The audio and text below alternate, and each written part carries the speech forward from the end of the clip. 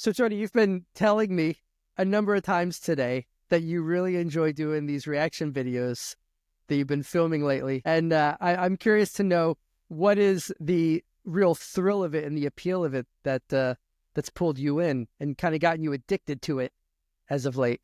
Yeah, I like it. It's different. It's something different. Like, it's comparable to the other night I was with my son. It's the holidays right now. We were watching Die Hard.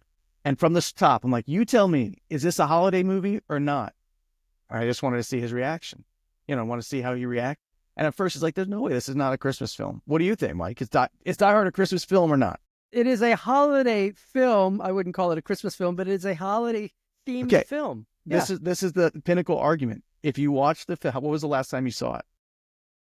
I actually had Die Hard on VHS. Yeah. So it's been a while.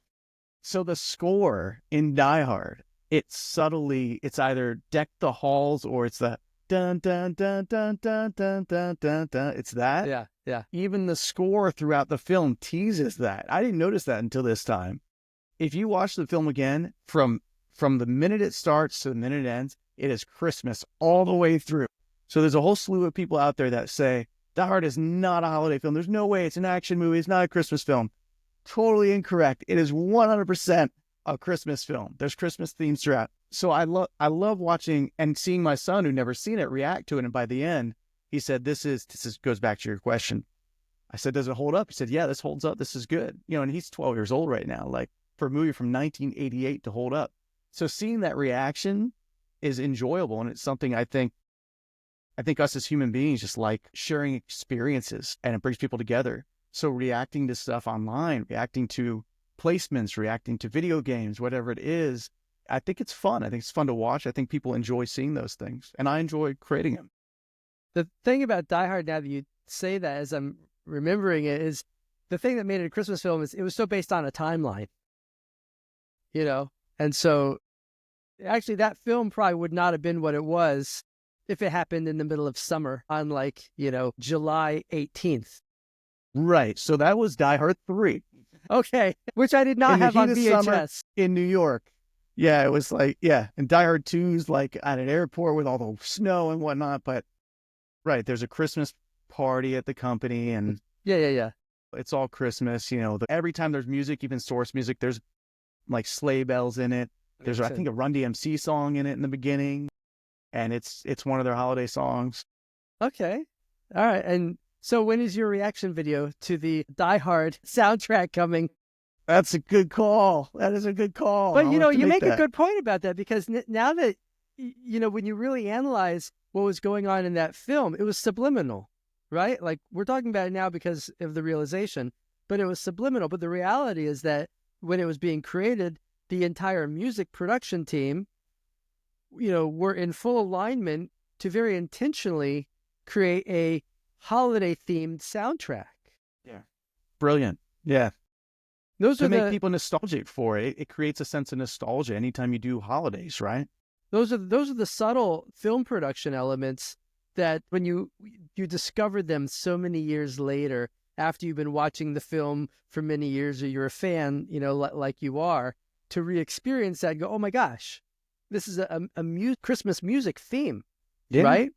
So some movies don't hold up. Some movies I'll watch today and loved them as a kid, even as a young adult, but they do not hold up. This one does. It really does. The Goonies holds up too. If you watch The Goonies, I watched it with my kids probably 2 years ago. It held up. They liked it. Oh, there's other movies. I'll have to think of one I've shown them that didn't, but yeah, a lot of them hold up. 16 Candles? I don't think that would hold up. I actually think that's been canceled. Yeah, it's for so many reasons.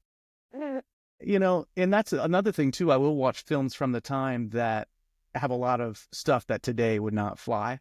No. And my kids are like, that's not appropriate. When I watched it as a kid, like, that's hilarious. But now it's not appropriate. Times have changed. Have you actually paid attention to a lot of the soundtracks from any of those 80s films as you revisited any of them? Like Karate Kid? I know you saw Karate Kid lately. Yeah, of course. Whenever I'm watching them now, I definitely listen to the music. We talked about Karate Kid in another episode where they had to replace like the songs that were originally in it, and it showed up on Netflix. They had to use new songs because they couldn't, I guess couldn't get the rights for the original songs. So yeah, I'm always paying attention to soundtracks. What about you? What are some of your favorites and favorite soundtracks? Oh my gosh. I don't necessarily know if I have a favorite soundtrack particular. You know, the first CD I ever bought was actually a soundtrack to a movie called Crossroads, and it was not the Britney Spears Crossroads. I know what movie you're talking It about. was the Ralph Macchio Crossroads. It was the blues film. And I have to say, I was really let down by that soundtrack because I thought, you know, back then, this is mid 90s, you know, Yeah. there was no way to really preview the record. So I knew I was a fan of the film, great guitar playing in it. So I went out and I bought the soundtrack expecting to hear all that guitar-based music that was so important to the film. It was the core of the film. And there was none of that on the soundtrack. It was all these blues songs, which were cool, but they were the blues songs that were like all background music and none of the real featured music. But that was the first CD. You know, I bought albums and cassettes prior, but that was my very first CD that I ever bought, and I was really let down by what was on it. That's really strange. So they didn't include the score. They included all the source music on the soundtrack, but none of the score. Did they ever release like a score soundtrack? Not that I know of. I mean, the only way to hear that big epic guitar thing at the end is to get on, you know, YouTube and whatnot. But no, it was actually quite a letdown. So that soundtrack wise, as far as the music in the film, I love. But as far as a soundtrack that you can purchase, that was quite a letdown. Yeah, not expected. It's interesting because, you know, times have changed. And now if you want to hear that score, you probably can find a playlist on Spotify. So there's a lot of good things to come from stuff being on demand. I believe it was either Singles or Reality Bites, one of those two films back in the mid 90s. They both had great soundtracks. Amazing soundtracks. But one of them in particular had, you know, all the Seattle bands like Mother Love Bone and whatnot. And I remember those Singles, I think. Singles, yeah, that's how I discovered Mother Love Bone, which I became a huge fan of that band from that soundtrack. That was a good era of soundtracks, by the way. Absolutely. Back then, like, there were actual bands, actual album cuts from artists that were released on those soundtracks. That was a great era of music soundtrack. It was. Actually, let's pull it up. I want to know what's on the Singles soundtrack. That and Reality Bites was a great one, too. Oh my gosh, Wood. It started with Wood by Alice in Chains. Yeah. Fantastic. Seasons by Chris Cornell was next. Yep. Battle of Evermore by Lovernongers. I don't know what that is. You know, Birth Ritual by Soundgarden. They had, I think it was called Chloe Dancer or Crown of Thorns by Mother Love Bone was on it. That's track 6. Yeah, we got track. So good. Dyslexic Heart by Paul Westerberg. State of Love and Trust by Pearl Jam. Breath State by of Love Pearl and Trust. Jam. What a great song. That was a great song. Yeah. Yeah, man. This is a good soundtrack. Drown by Smashing Pumpkins. May This Be Love by Jimi Hendrix. Mudhoney had a song on them. Oh, wow. Yep. On the Overblown. Yeah. You know, there's another great soundtrack, now that we're talking about it, Empire Records. I love that. I loved it. It was a great era, too. Rex Manning Day. Manning Day. Say No More, More. Yep. It just occurred to me. Now I know what my favorite movie soundtrack is from a movie that was actually never made. It's the complete opposite.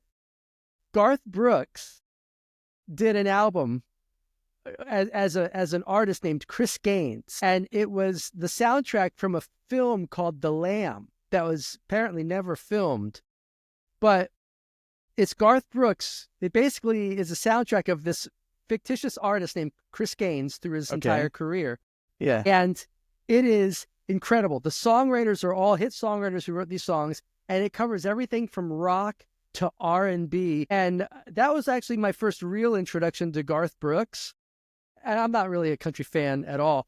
But when I heard that soundtrack and the first couple songs on it, it is amazing. But, you know, I feel like he got a big blowback from the country market who loved him as a country artist. And because he's pop. He's pop, right? Yeah, as to a hear writer. him sing these songs as like an R&B singer, and his voice is amazing, and a rock singer, it was such a great record that, Chris Gaines. It's called the Best of Chris Gaines or the In the Life of Chris Gaines or something like that.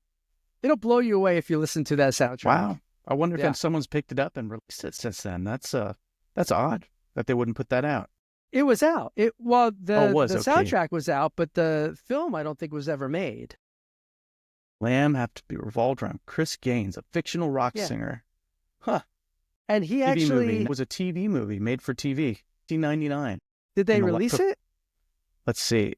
Maybe this is something else. In the Life of Chris Gaines, In the TV Life of movie, Chris Gaines. 1999. Okay.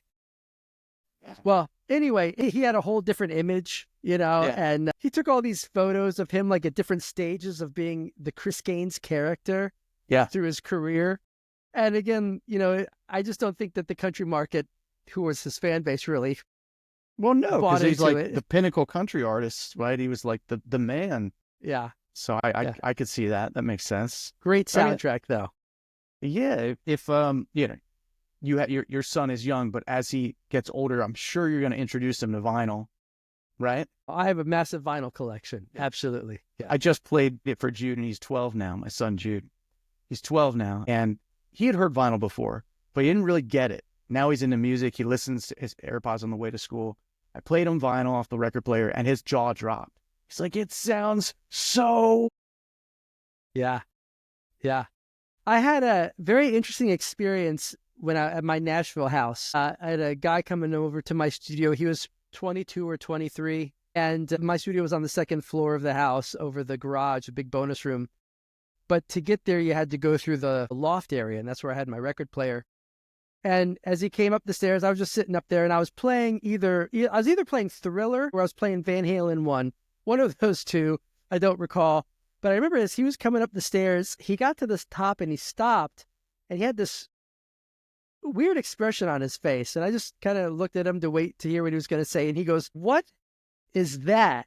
And I was like, "Well, it's Michael Jackson, or whatever it was." And he's like, "Well, yeah, I know that, but what are we listening to?" And I was like, "A vinyl record." And he started laughing. He goes, "I've never heard music sound so good." And my jaw hit the floor. But the thing that was interesting is in that conversation, I realized he had never bought a record or a CD or a cassette. And then I realized, well,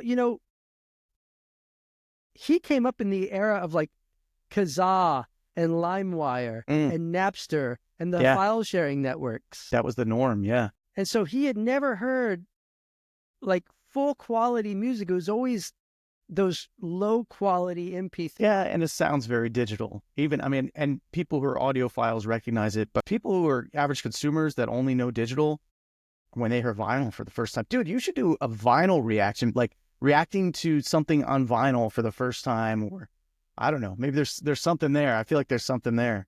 I will say that's that unique.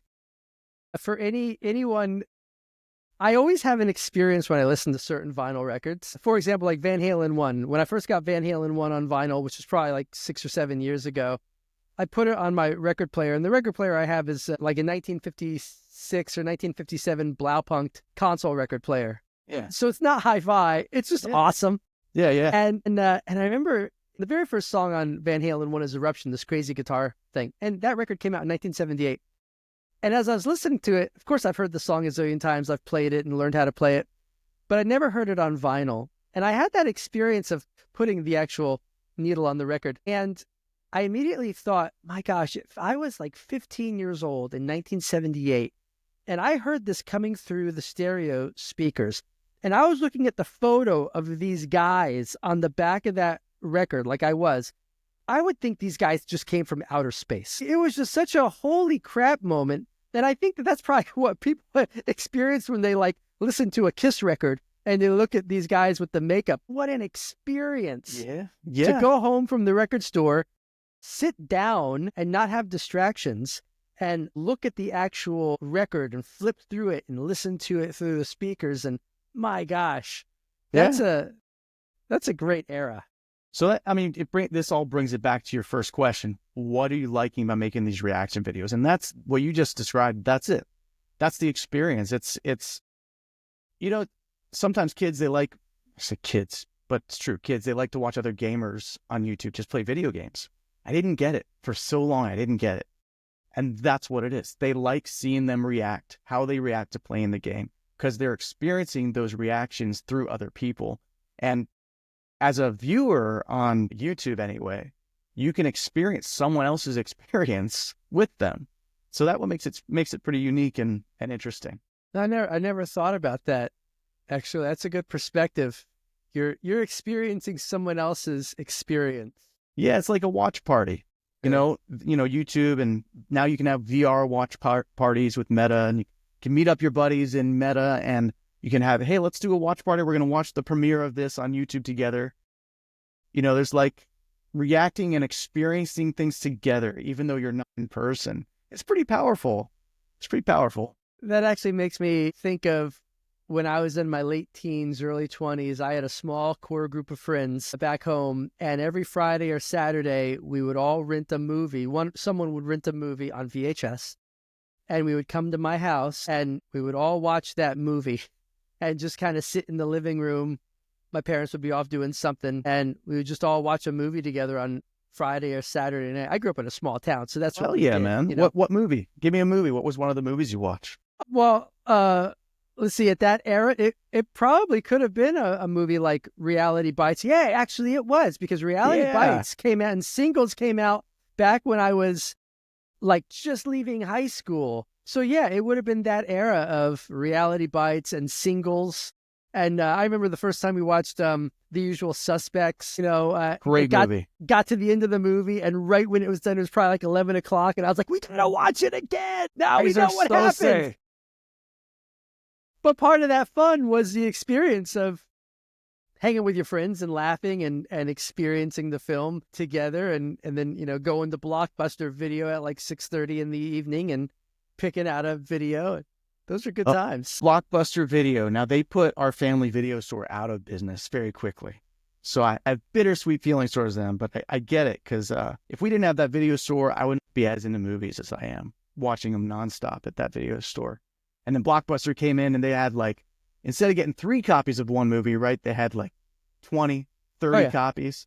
So they would never run out. And then after the novelty of the movie wore off, then you could buy 15 of them, for like, what was it, like $15. They had the where you could actually buy them and own them afterwards. They were selling them. That's right. Yep. Please be kind and rewind. All right.